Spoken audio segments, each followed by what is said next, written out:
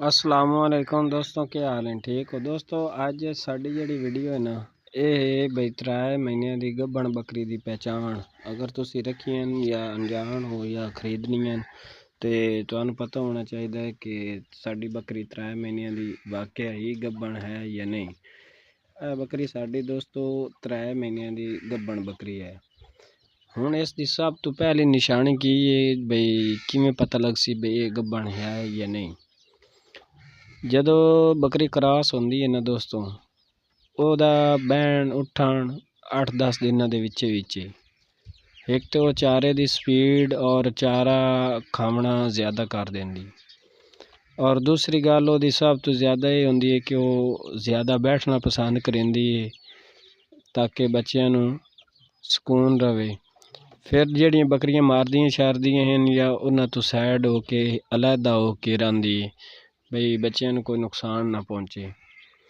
और फिर दूसरी जड़ी गल है बकरी दी, वो ये नज़र आती है बई एक तो पीला जिहा मवाद जेड़ा है ना वो कटदी है, घाटा जिहा होंदा, वो गिरदा नहीं या पोछल नाल चपक जाता या वो जमीन ते ही इंजे जिवें गिरे सी ना उंजे पिया रहिंदा।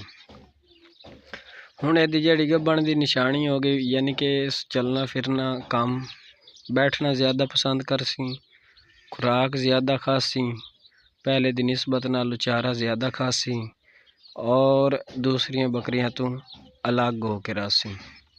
ये शुरू तो निशानियां।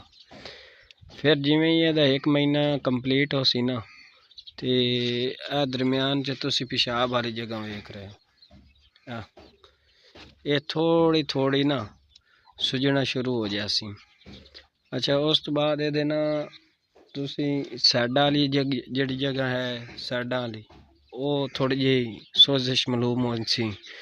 जिमें ये 2 महीने कंप्लीट करे सी ना तीसरे दे वे स्टार्ट हो सी तो ये जनाब थानू है वेख लो कि थले थनियां दियां सीधियां हो जासन बिल्कुल।